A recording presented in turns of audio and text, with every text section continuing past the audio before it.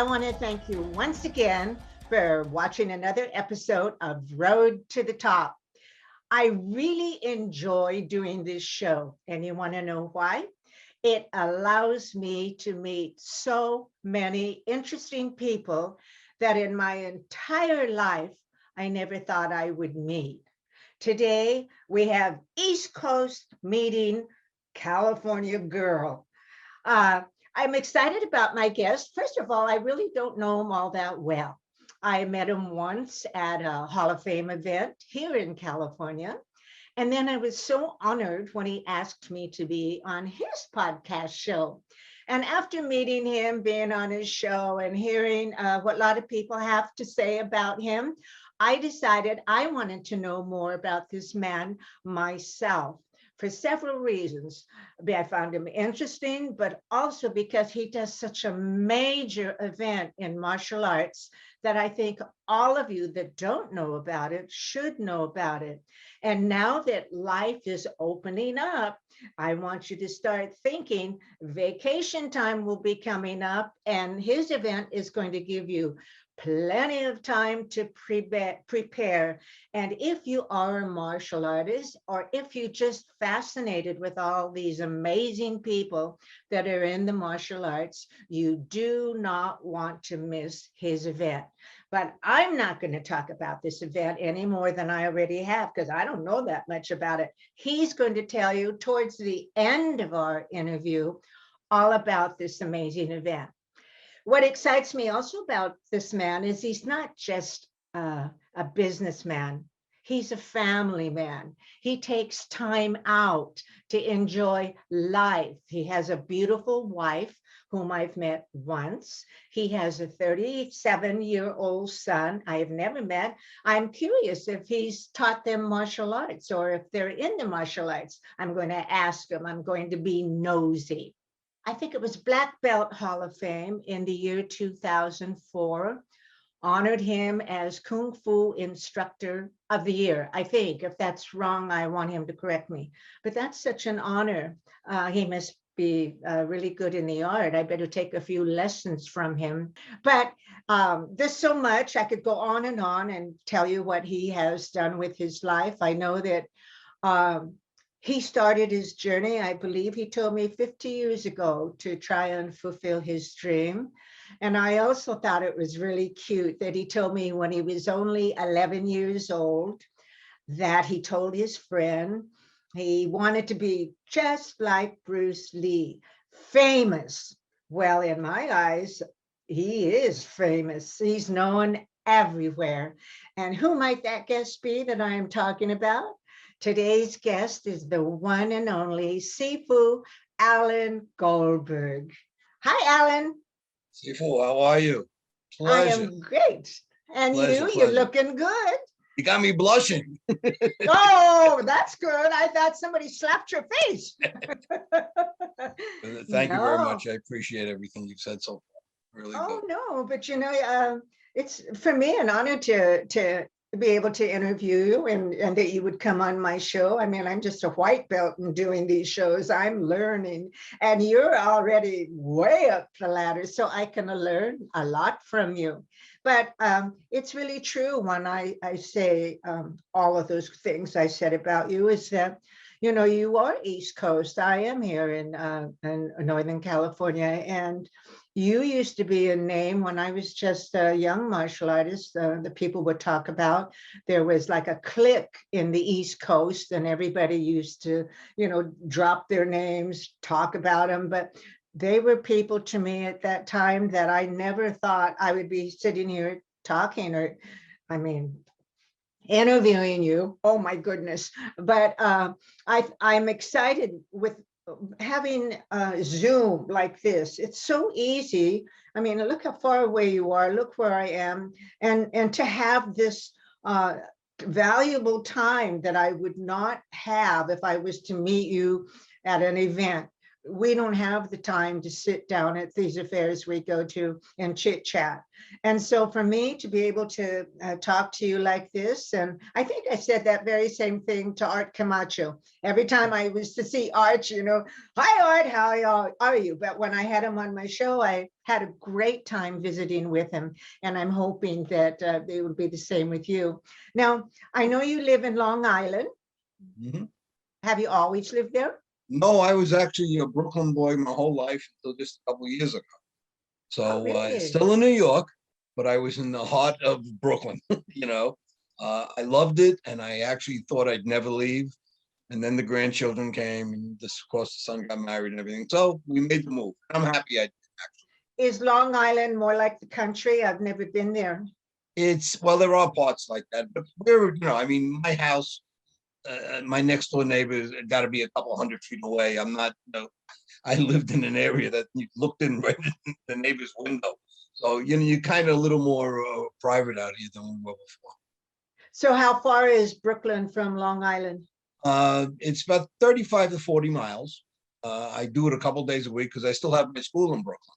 Oh, that's So, awesome. so I come in, I have a business, I take care of my business, my building. And then from there, I go to my school. So I go round robin a couple days a week. So you still teach? Yeah, of course. Been Wow, teaching 35 years at one school. no kidding. Or do you have a big school, little school? No, I never believed in that because I always felt I would lose the specialness of having a small group of family people. And by what I built, I had the chance to go bigger. Even recently, I had it, and I just wouldn't do it. I know my students. I know them personally. I go to the birthdays and the weddings and everything else, and I think that's very special. I'm happy. That's nice. Now, do you teach only adults or do you teach children also? The youngest I teach is about 11 years old. I don't go. I teach Wing Chun Kung Fu, and it is a system. It's hard to teach the very young because there's not a lot of movement at the very beginning. But to keep their attention, other styles are definitely better for them than Wing Chun. But when I get one or two of them, I get them young enough, and they want to stay, they turn into good students. Yeah, that I went through the whole thing like everybody, schools, massive students, Germany, huge, this. And of course now I very small and I like the small intimate teaching, and recently have just started teaching children because I have not taught children before, and I Mm. find that to be a true challenge. But you said I think I read that you've studied various styles of martial arts. What have you studied? Well, I started off with Shotokan karate with a couple of very famous masters out here, like Maynard Miner and George Cofield, the arena. And then from there, I went to a five animal kung fu, which was a little bit traditional and non-traditional at the same time.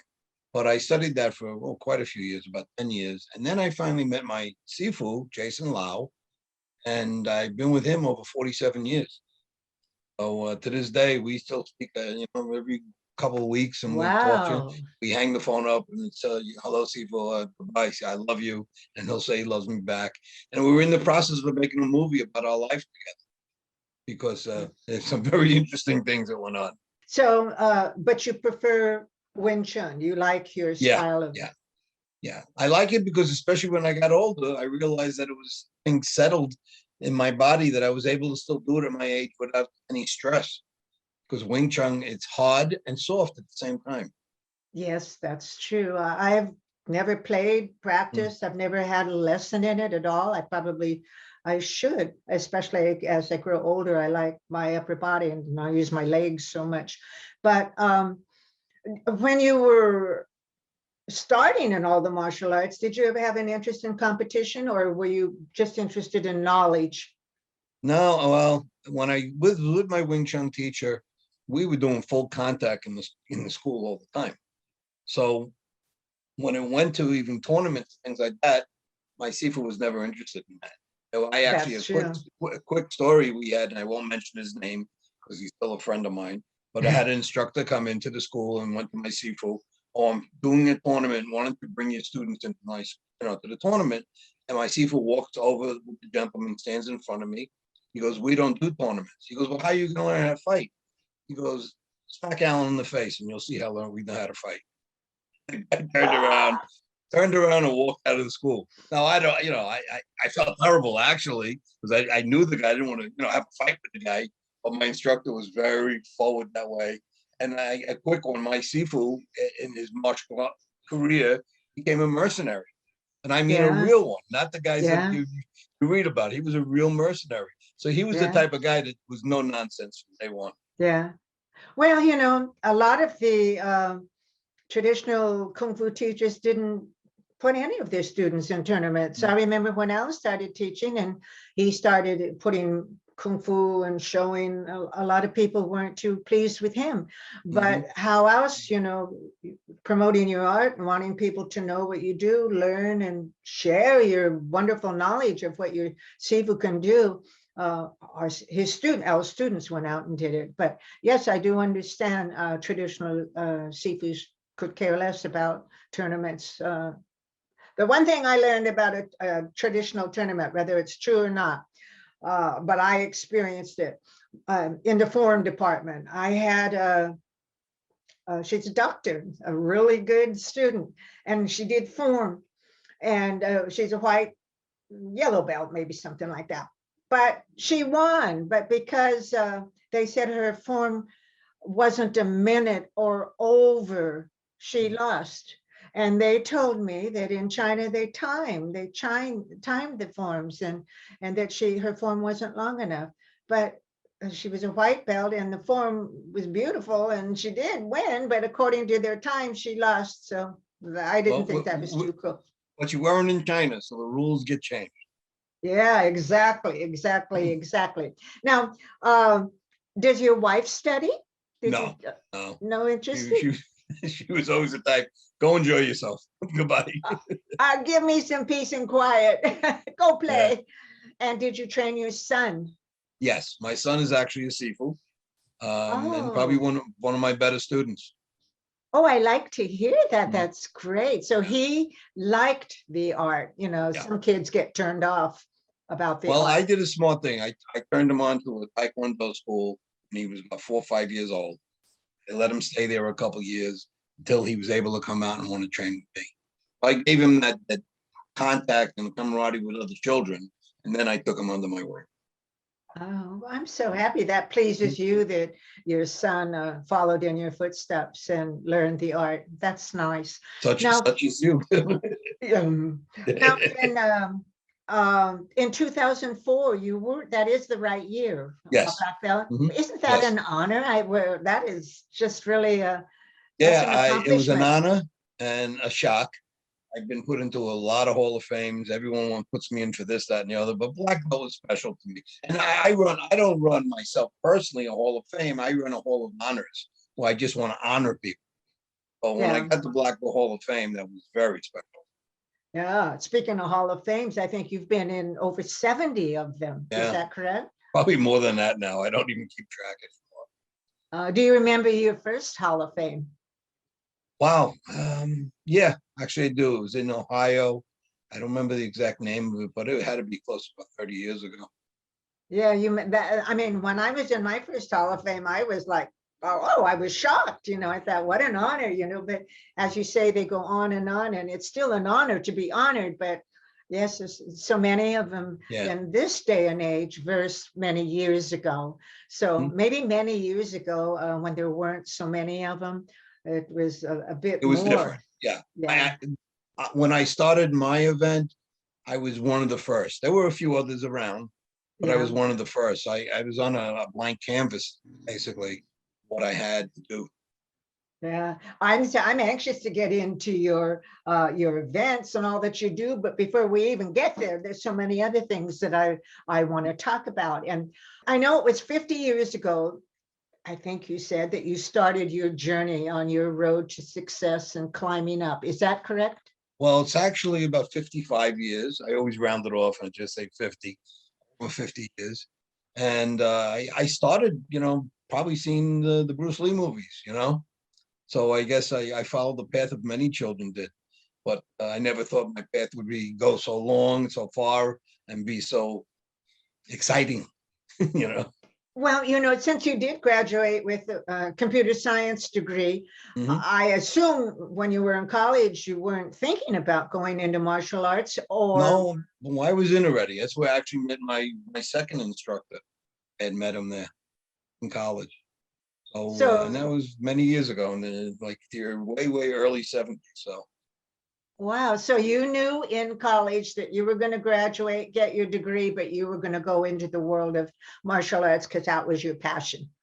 it was somewhere in me already, and I knew that it was special to me. So I kind of just followed it. People may know me, may not know me. I'm very innovative. You put an idea in front of me, and I'll just make it work. And people say, "Oh, how come you're involved with so many different things?" And I laugh. I go, "I don't like turning them down. I get bored, and I just work on things." So, right Wow. now I probably got 15 projects I'm working. Did you find that you were a natural at martial arts or was it a challenge? I was a lot better than I am now because of age. It kind of slows you down a Yes. little and your bones creak or whatever. But I was, I, right words, I was a fighter at the early ages. And I enjoyed what I did and I enjoyed it, pushing things and trying to get accomplishments and things I didn't do before.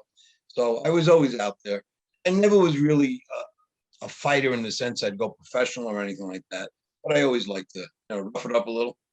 Yeah, well, you said you grew up in Brooklyn. So if you lived And in Brooklyn, you better know how to fight. oh yeah, I had to, and I've taught a lot of interesting people out of Brooklyn over the years too. So Yes, I'm sure. I've heard so much about Brooklyn, but I've never been there either. I don't know much about the East Coast. I only was there a couple of times for business, but I didn't get to tour and see all the places people talk about.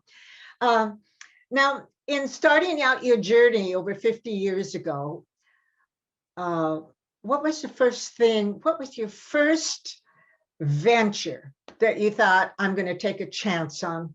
I mean, 50 years of, you didn't just plunge into who you are today. You had to work towards becoming the promoter. Let's see, you have a podcast show, you have your action martial arts event, you have your the Power Hour podcast, journalist. I mean, I'm sure there's many things about you I don't know. Plus, you teach. Now, when did you find time to live 5 years in the Shaolin monk, and what promoted you to do that? well, I never was in the sense of monk. I wasn't shaving my head and putting dots on my head. But the story starts off when I started in the early days, as you remember. There were very few martial arts schools around. Now there's one in every corner basically. In my neighborhood where I was, there was one school. No matter what was being taught there, you were curious because it wasn't around. And it was the International School of Karate. It was on the third floor, and I remember just going up with a couple of friends as young kids, and let's see what's up here. And we went up, and I got hooked.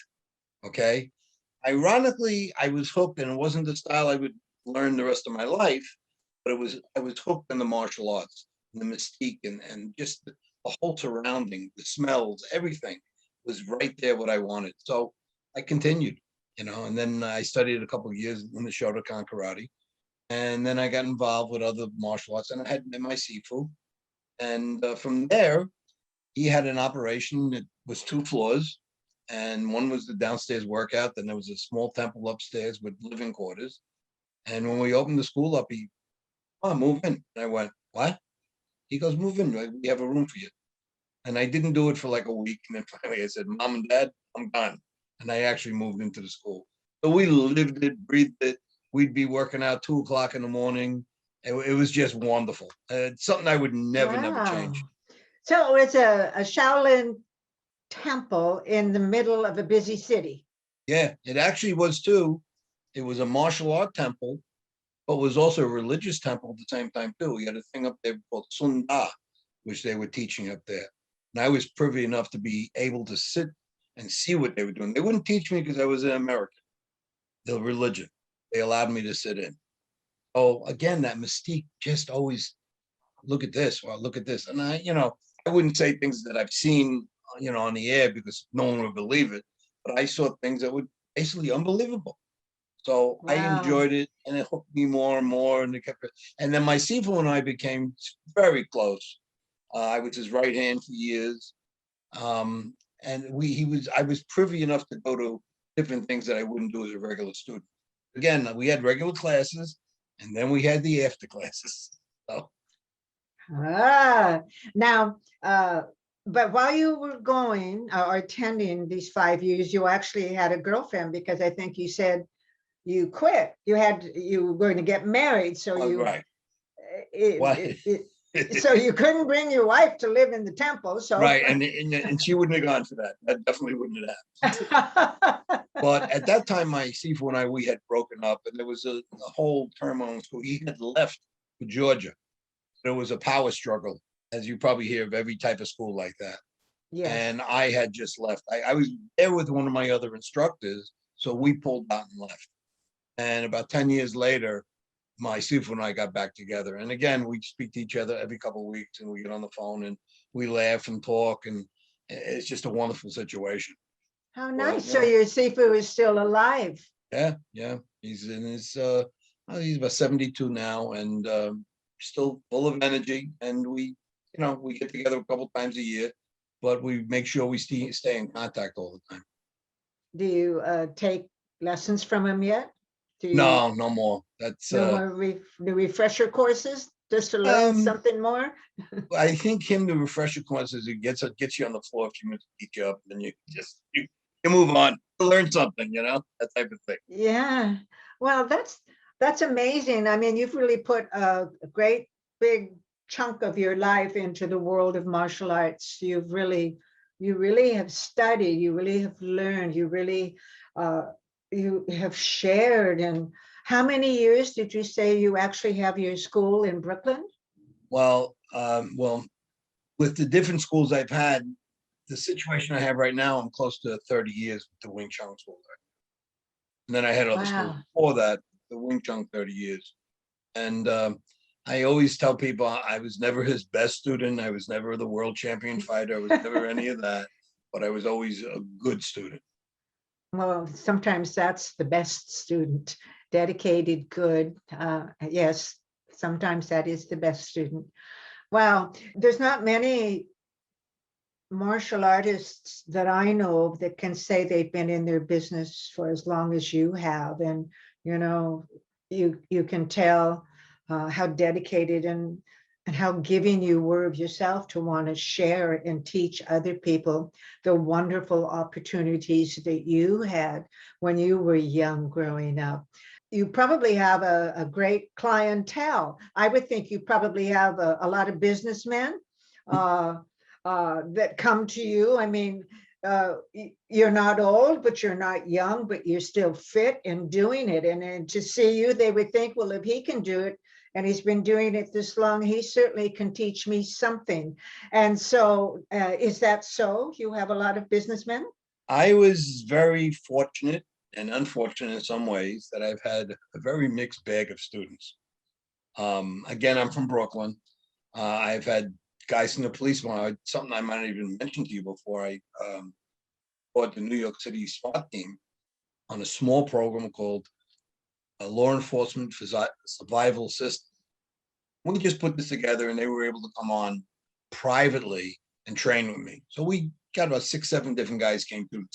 I had a lot of police officers. I've had right now to this day, I still have like 6 guys that are still in law enforcement. And so I've had the law enforcement people. I've had the other side of the law, if you want to say, also training with me, because I was in the middle of Brooklyn, and I've had some very, very interesting people that they write books about that way. You know, it's one thing you can never judge a man by the company he keeps or by the friend, now a man or a woman. You cannot judge this person because of the friends that maybe have passed through his life or passed through his Mhm. gym or who he's teaching, because people are people and you cannot judge anybody by who they're acquainted with. So if any of you form an opinion on anyone, I would erase it if I were you and learn more about that person before you decide, aha, so this is what they are. That's not a good thing. There was one of the gentlemen recently I was in contact. He's in jail now for the rest of his life. Let's just put it that way. But he was a gentleman that extremely scary background. And he loved me. Was his instructor. He treated me well. And even when he got involved with what he got involved with, would always tell me, stay away. Don't come near me. Don't do this. Don't call me, because what was happening, he was being. So I respected that aspect of it. And he never got me involved in anything. I was just a friend. He treated me very well as a friend.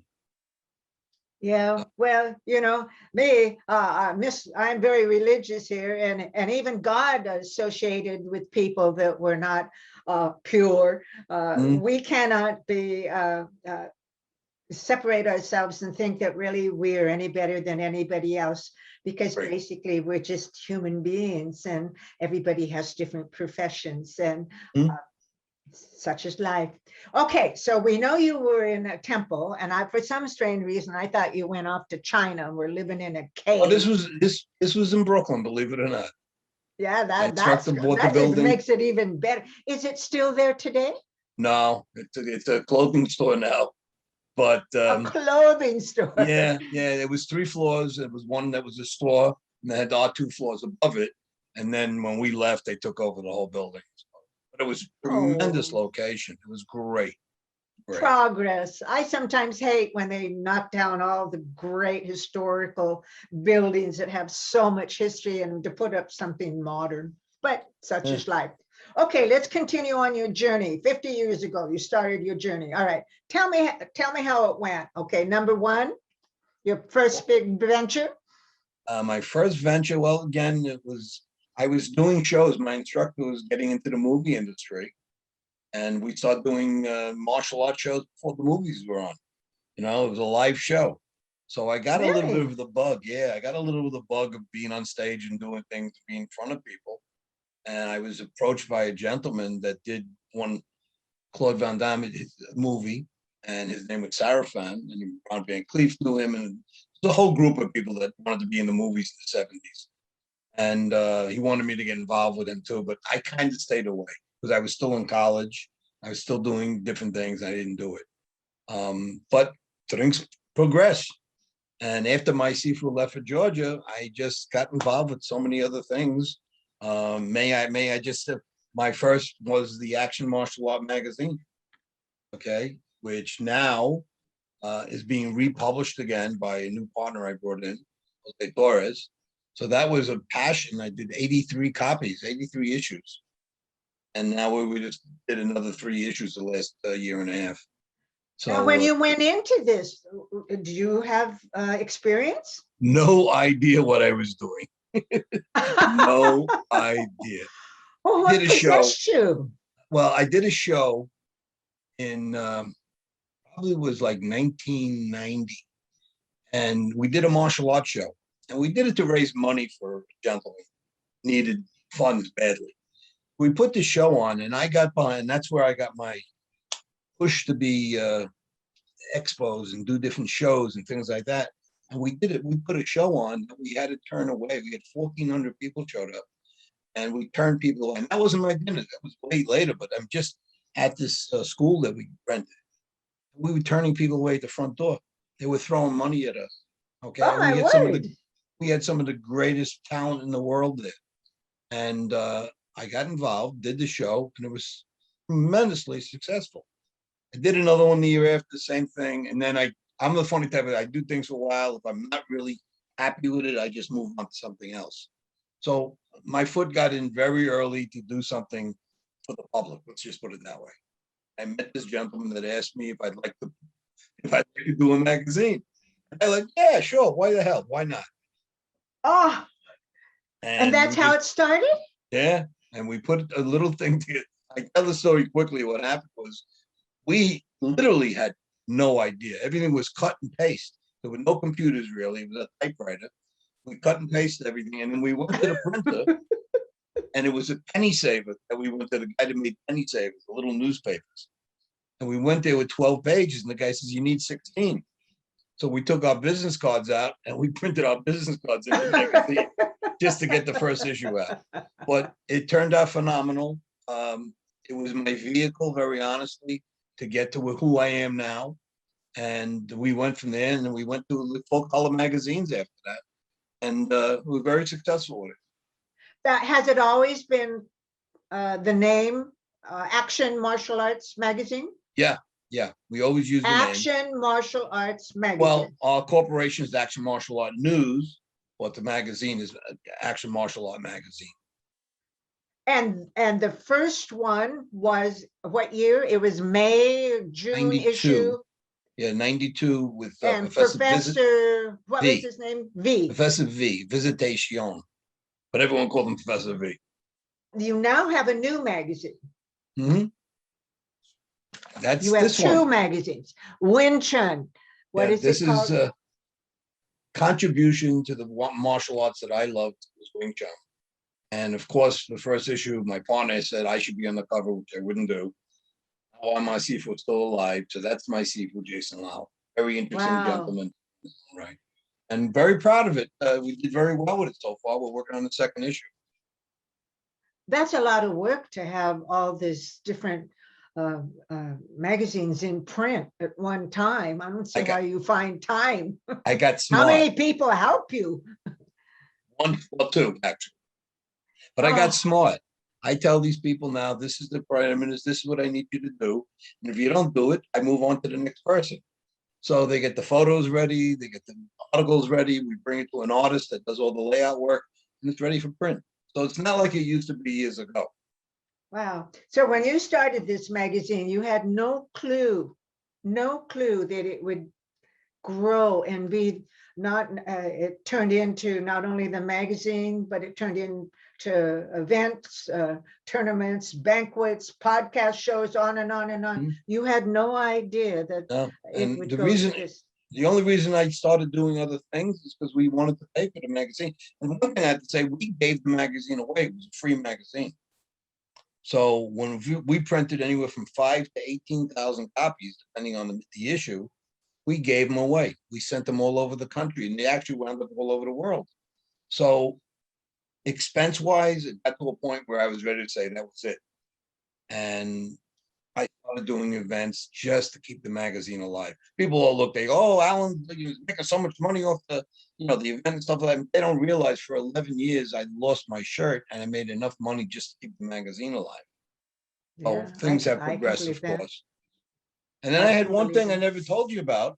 I did something also years ago with the magazine, was martial art trading cards. Okay, they were regular trading cards. How cool is that? I like that. Yeah, I was the first one doing it. We've already done 10 decks. That was like the baseball cards. So you said exactly. It's a regular baseball type card quality. And we did masters. That's really cool. Do you still do it? We're looking to do another deck very soon, possibly within the next year. And we printed over 500,000 cards, and we've given them all away. We go to tournaments to children, and we just give them to the children. Well, that's a cool thing for kids, who collect baseball cards, football cards, wrestling cards, martial art cards of their favorite whoever fighter. Well, a lot of guys come to me this day, and they use them as business cards.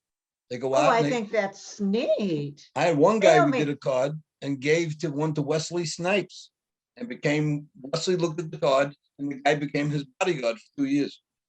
Hey, that's better than a business card. You should pass that. I like that. I'm going to copy you. No, but I think that's really good. On the next deck. Yeah, but it's like kids. I mean, I could see them lining up all those cards. I think it'd be cool if all the magazines you ever printed, you made the cover into a card. Well, what I just did, if you look at my Facebook site, on my martial arts sharing and caring, it's a page I have. Mm-hmm. I just start putting the issues up. Oh, really? When you asked me for that cover, and it's because of you. When you asked me for the cover of my first issue, I went looking for it because I didn't have a copy yet. And I had an idea, so let me start putting my issues up. And I started doing it just, about a week and a half ago when you asked me. And now I got them going up like twice, maybe one in the morning, one at night. How cool is that, though? I mean, that's history. Mhm. And I think, when I said you've been 29 years and all these issues, well, who was the very first? What made you decide to do Professor V as your very first cover? Well, he was a legend. You know the name Moses Powell? Oh, absolutely. That was his instructor. Oh, see, I didn't know that. Yeah. So Professor V was like, he was like God in the martial art world, and literally one of the nicest, sweetest men you'd ever want to meet. So Uh, he had to be the first one on the cover. There's no doubt. and was it a big success? Well, if I think we printed 5,000 copies, and of course they all went out. I'm lucky if I have some of the copies left. I'm always the type that I never save certain things just because I conquered and I did it, so I just move on. And everyone loved Professor V, so it was a big take in the East Coast area. Well, back then when you started your magazines, was there a lot of competition in the magazine world? Well, we had Black Belt, we had Inside Kung Fu. Maybe there was one or two other smaller magazines around, but again, we were free. So when we That's did amazing. we'd walk into a tournament, we'll just say, and throw a stack of 100 down. They were gone in 2 minutes. There was nothing left. So that was a reputation that we had, that people would be waiting for me. I mean, we sent out tons of it, UPS, of course, but the local tournaments, people were waiting at the front door for me to come with the magazine. We had a new issue. Everyone wanted to see it. We didn't have Facebook at the time or anything that we could Yeah. publicize it. And I was the first guy, because of the magazine, to have a martial art website. It was a one-page website. So I was literally one of the first guys ever on the internet. And someone offered it to me. I had no idea what the hell they were talking about. Do you remember earlier I said everything was done by typewriter? We didn't even have computers. When it finally came about, I said, yeah, well, what the hell? Is this something new? Well, we'll do it. And look what the website has turned into today. Wow, you were a first in many things. That's cool. Only I because I like never say that. no. Someone says something to me and it's worth my time. Yeah, okay, let's try it. That type of thing.